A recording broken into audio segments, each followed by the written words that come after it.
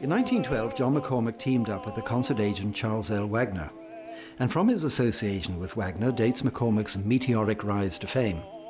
By the Middle War years, he could fill virtually any auditorium in any part of the United States, north or south, to overcapacity.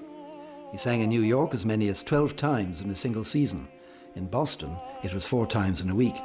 Through nearly 3 decades, McCormack had Teddy Schneider as his faithful accompanist.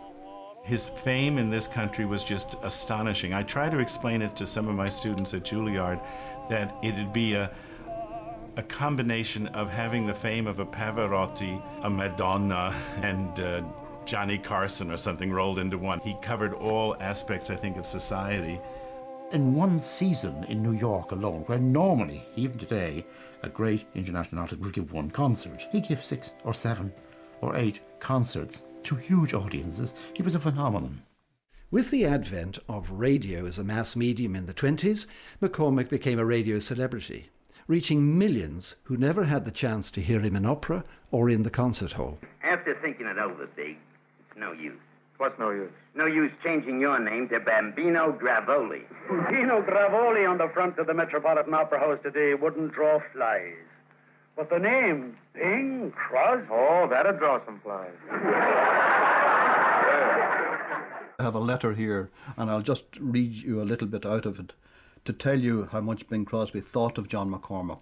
It's an interesting thing to note that though John McCormack has been gone for some years now, no one has ever risen in the field who even gave evidence that he could begin to take his place. Of course, no one will ever take his place with me.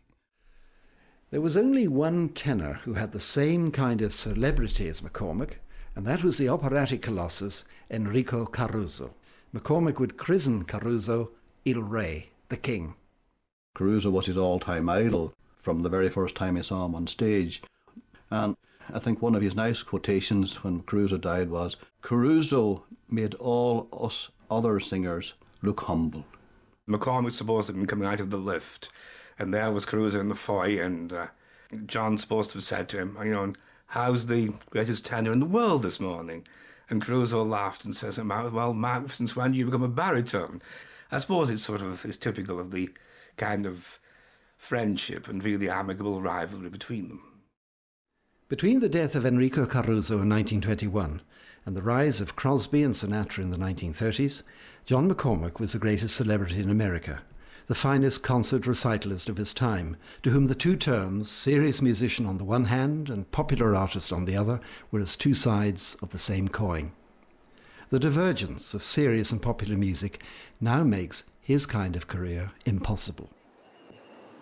Even today, the spirit of McCormack lives on in America. In New York City, with a population of 8 million, improbable chance encounters evoke memories of the tenor. What do you think the chances would be of taking a taxi in New York City and finding you were being driven by a McCormack? Not just any McCormack, but a relative of John McCormack. Isn't that right, Edward? That's right, Gordon. I don't know how many years ago, probably around the turn of the century, my grandfather came over from Westmeath, settled here in New York. Growing up, almost every Irish household in New York would have a John McCormack record, and I have a few records myself and give them a spin now and then, and gets me... He gets you in the... doesn't he? In the yes, heart. he does. Yeah. Yes, he does.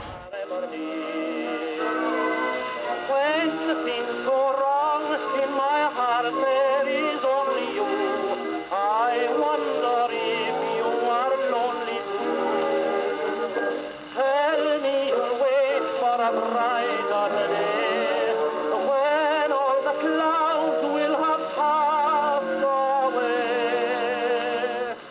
For it may be the end of the journey. I shall find all I've lost in the past. In my city of dreams, all my golden schemes will be waiting to greet me at last. I may find when I come to the sunshine all the faith I have lost in my friends, and you